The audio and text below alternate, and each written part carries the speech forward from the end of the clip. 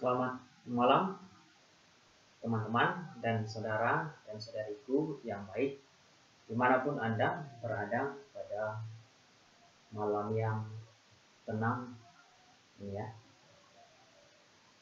Pada malam yang tenang ini, yang cukup menyejukkan ini, saya akan berbagi mengenai kisah hidup Santo Sapa.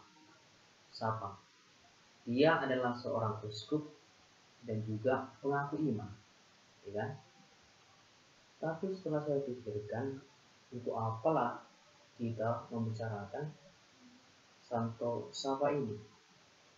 Dan apa faedahnya untuk kita yang hidup pada zaman sekarang ini? Tapi setelah saya renungkan lebih dalam lagi, ada banyak hal-hal atau manfaat atau nilai-nilai yang baik dari cara hidup Santo Sapa ini di dalam kehidupan. Maka nilai-nilai estetik itu saya pikir patut kita ketahui. Setelah kita ketahui dapat kita pahami. Setelah dapat kita pahami, ya alangkah kalau bisa kita praktekkan dalam kehidupan kita. Itulah saya pikir.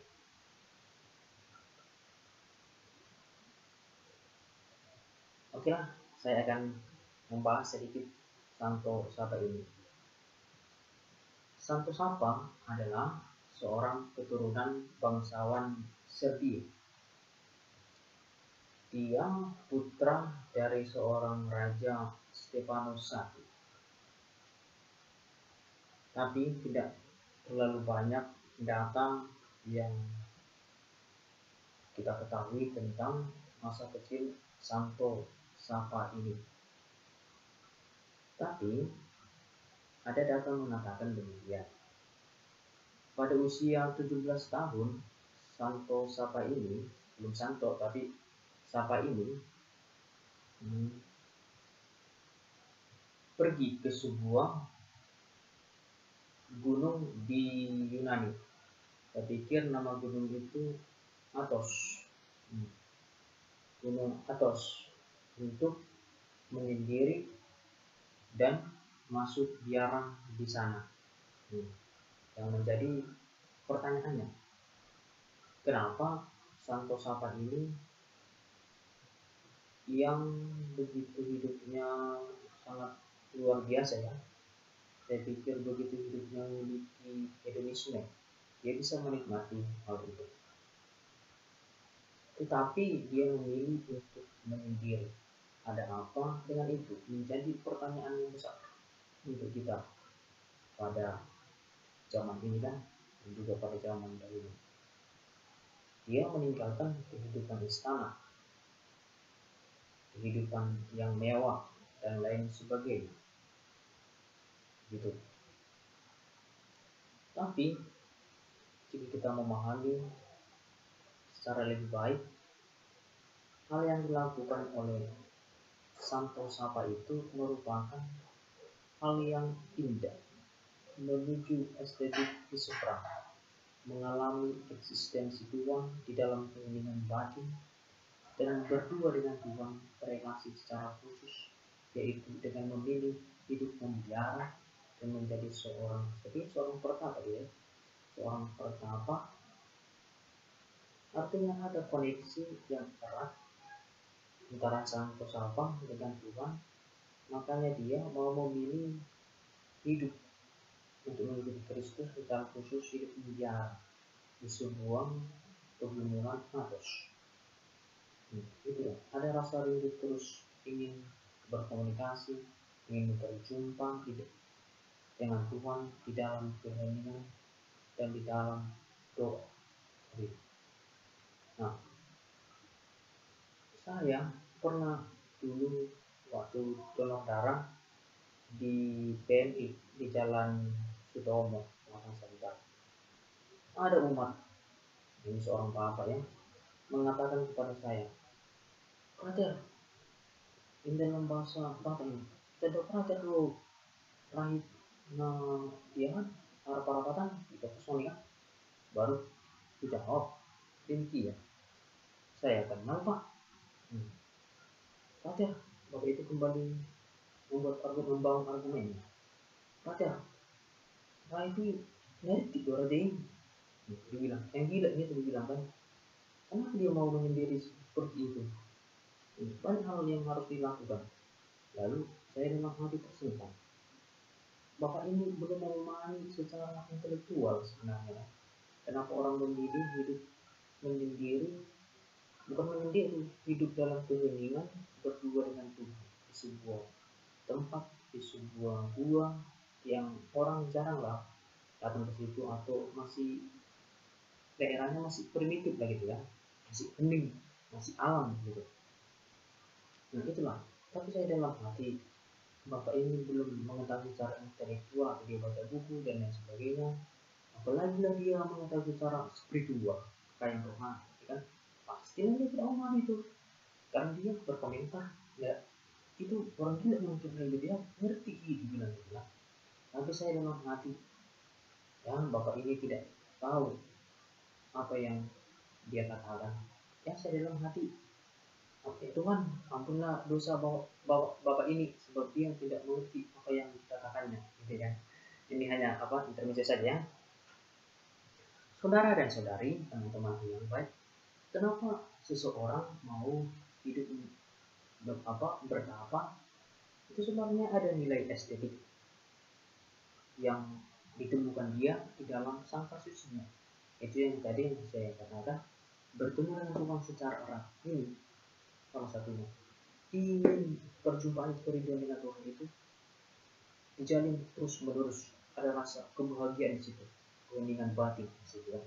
Makanya seringkali orang-orang yang hidup bertapa ini seringkali bisa menyembuhkan orang, bisa mengamalkan masa depan. Kenapa?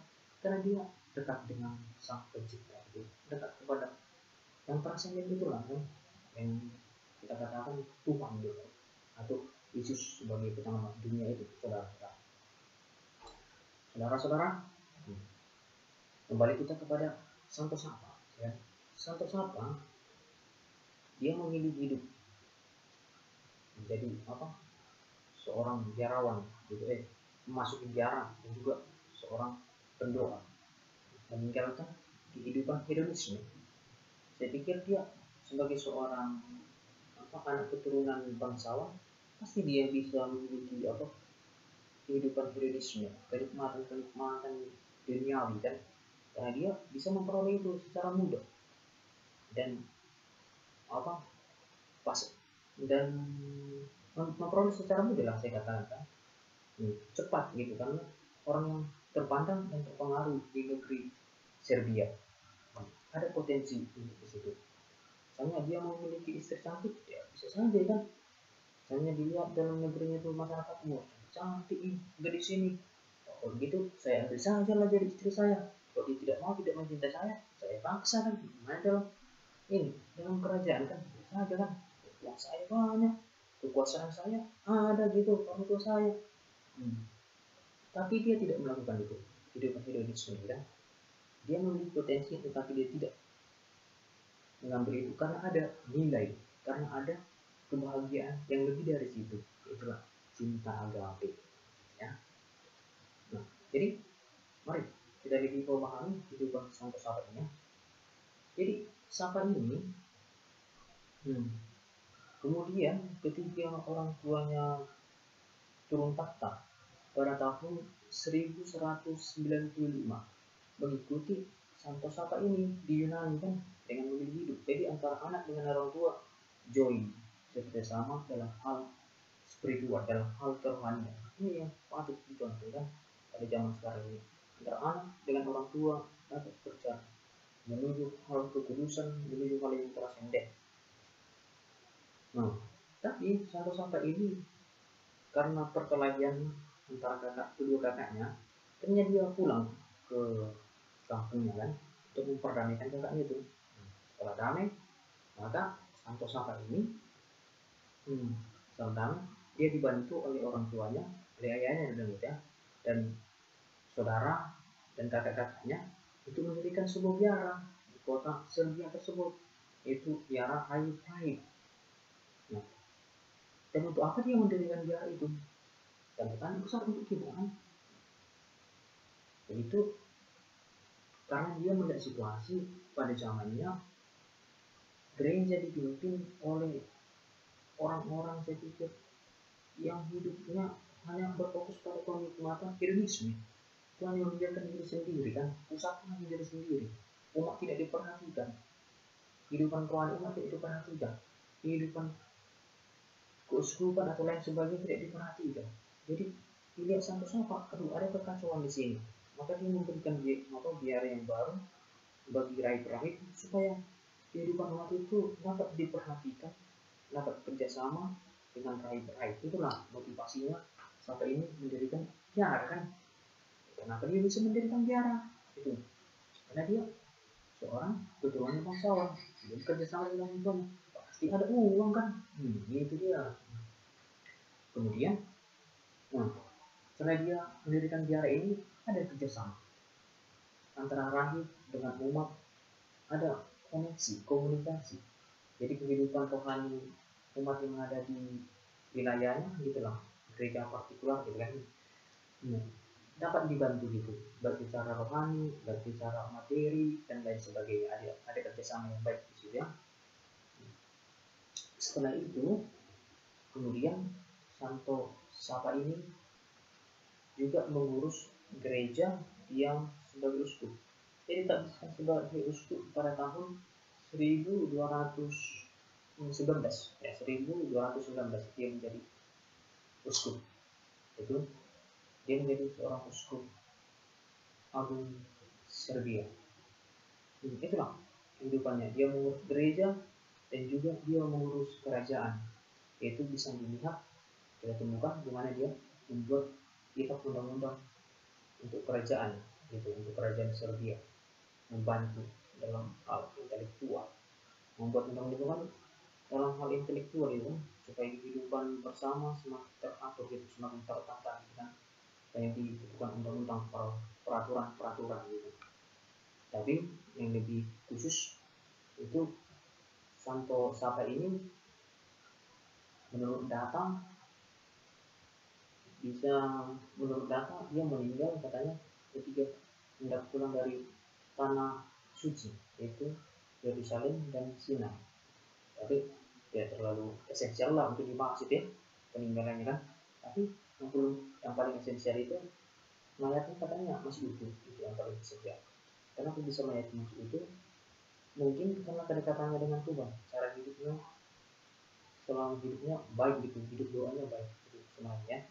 Jadi apanya itu, arwahnya itu menjadi simbol, menjadi tanda bahwa Tuhan hadir dalam hati seseorang. Oke, semoga Tuhan memberkati kita. Amin.